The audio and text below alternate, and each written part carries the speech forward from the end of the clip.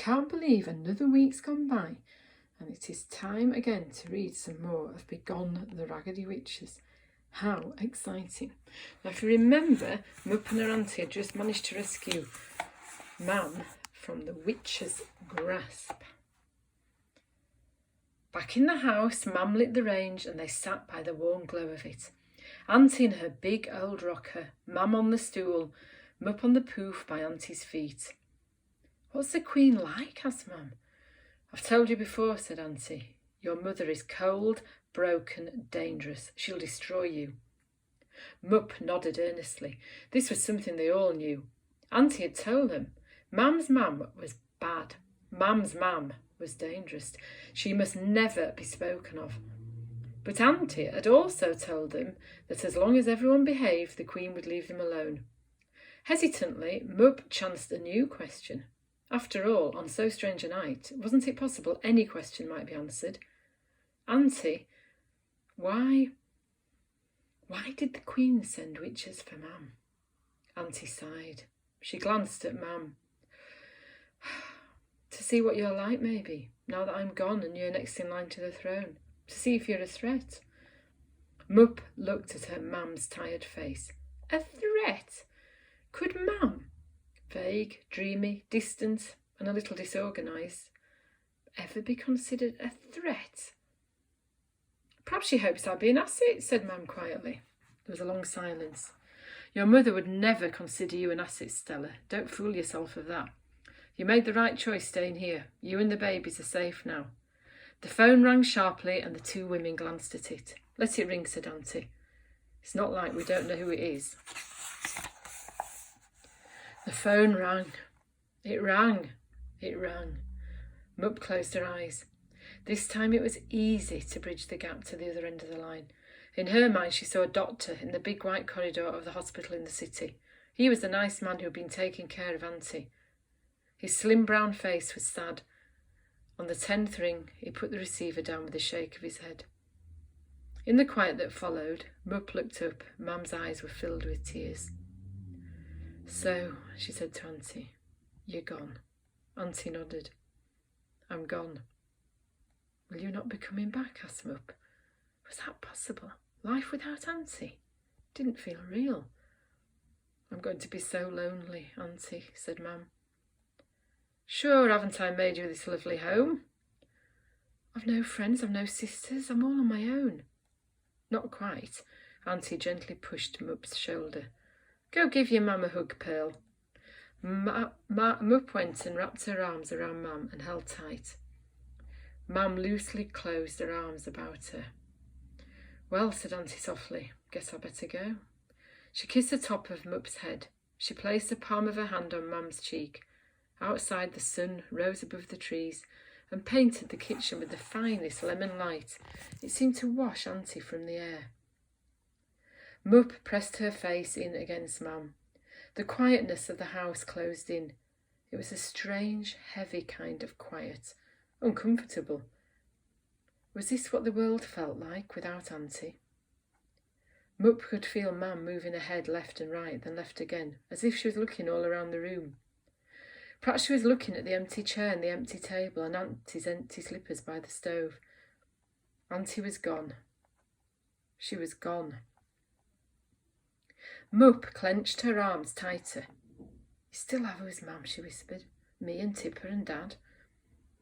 Mam did not reply, and at last Mup looked up. "Oh," she said, startled. "What's happened to the light?" Everything seemed brittle and overbright. The cups, the table, the cooker, the fridge. All of it glittered strangely flat. Even Badger, asleep in his spot by the fridge, seemed not to breathe. Mam stood up from Mup's arms. She went to peer down the hall. Mup ran to her, and slowly they began to walk from room to silent room. And the next chapter is called The Decidedly Fragile World. "Is he breathing?" asked Mup, peering between the bars into Tipper's cot. "Yes," said Mam. "Don't wake him. Tipper will miss Auntie, won't he, Mam?"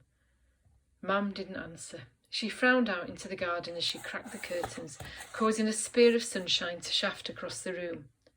It illuminated the circus mobile which Auntie had hung over Tipper's cot. The paper figures were heavy as glass on their cobwebby strings, all the monkeys and elephants and tigers motionless. Mup touched a finger to the ringmaster's painted leg. He glittered and spun and came immediately to rest. Everything feels... Mup searched for the word. Fragile, said Mam. Ready to break.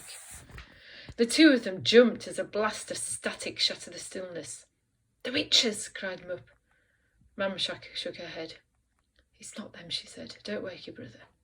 Tipper was peaceful as a pillow in his cot, his chubby hands thrown up either side of his round face, his eyelids lightly closed.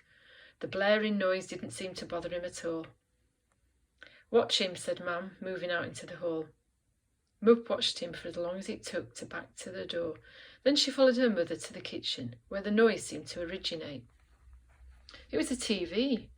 It had somehow switched itself on. Mam was standing in the doorway, gazing at it, and as Mup came up behind her, the screen flicked all by itself from one empty channel to another, before settling on the news. It showed a helicopter leaning drunkenly in a field, dazed men in jumpsuits being helped from the door. Mam strode across and turned up the sound. 4 hours after the helicopter from the North Sea oil rig went missing, search and rescue were amazed to discover it in this field in Cornwall. The crew and passengers are said to be disoriented but unharmed. Concern has been expressed, however, for crew member Daniel Taylor, who, despite having been named on the flight list, is nowhere to be found. Concerns that Mr. Taylor may have fallen from the craft are being discounted as unlikely. However, the crew seems to have little knowledge of the circumstances of his disappearance, nor of how they managed to be blown so radically off course. Daniel Taylor, said Mup quietly. That's Dad. Mam pressed the TV to mute. Mam, insisted Mup. They're talking about Dad. Instead of answering, Mam flung open the back door where she stood in a flood of frosty sunshine, staring down to the shadow-drenched trees that hemmed the garden. Mup moved to her side. There was a cat in the shelter of the trees. It dipped its chin when it saw Mup's mother and tilted its head, as if in greeting to her. Mup did not feel at all surprised when it spoke. Highness, it said, will you cross? Mam's fingers closed tight against the wood of the door frame. Has the Queen taken my husband? The cat wagged its head. Maybe yes, maybe no. There are any amount of folk interested in tempting the air back over the border. Now your aunt is not around to stop us. Who knows which of them might have taken your man, hoping to draw you across. That's my dad you're talking about, cried Mup. Give him back. The cat huffed. It lifted its luminous eyes to Mam. Will you rescue him? After all, who else will if you do not? A spawn of earth lost in the glittering land? Who else would bother to care? You do recall how to cross, don't you, Highness? The Duchess hasn't so addled your instincts that you can't recall your way home. This is her home, cried Mup. The cat tutted and rose to its feet, turning away as if to go. Mup ran forward. Bring back my dad!